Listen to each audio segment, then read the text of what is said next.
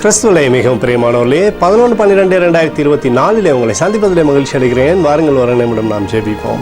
அன்பு தகப்பன், இன்றைக்கு நம்முடைய பாதுகாப்புக்காய் ஜெபிக்கும்படி என் தேவனுடைய சமூகத்தில் வருகிறேன். என் தேவனுடைய கிருபையும் நன்மையும் ஆசீர்வாதம் விடுதலையும் என்னுடைய வாழ்க்கையிலிருந்து செயல்படும்படி நீர் செய்தருளும்படியாக ஜெபிக்கிறேன்.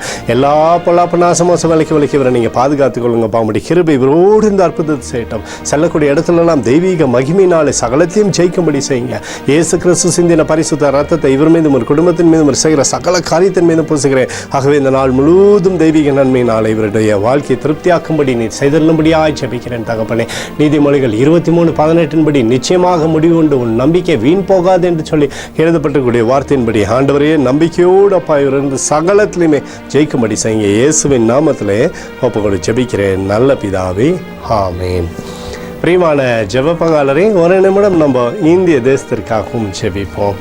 அன்பு தகப்பனே, 11/12/2024 தேசத்தின் நன்மைக்காய் ஜெபிக்கும்படியாக என்னுடைய சமூகத்தில் வருகிறேன். இந்திய தேசம் நன்மை பார்க்கும்படியாக நீர் செய்தருளும்படி ஜெபிக்கிறபடி கிருபை தேசத்தின் மீது உண்டாகட்டும். உடைய கோலும் கைத்தறியும் தேசத்தை தேற்றுவதாக நிறைவானது தேசத்தில் இருக்கட்டும். அப்பா, இயேசு கிறிஸ்துவோடைய சமாதானம் தேசத்தில் விதைக்கப்படட்டும். எங்களுக்காக அடித்து நொறுக்கப்பட்டுக்கூடிய இயேசு கிறிஸ்துவும் அவர் சிந்தின விலையேறப்பட்ட ரத்தத்தை வைத்து ஒப்புக் கொடுக்கிறோம்.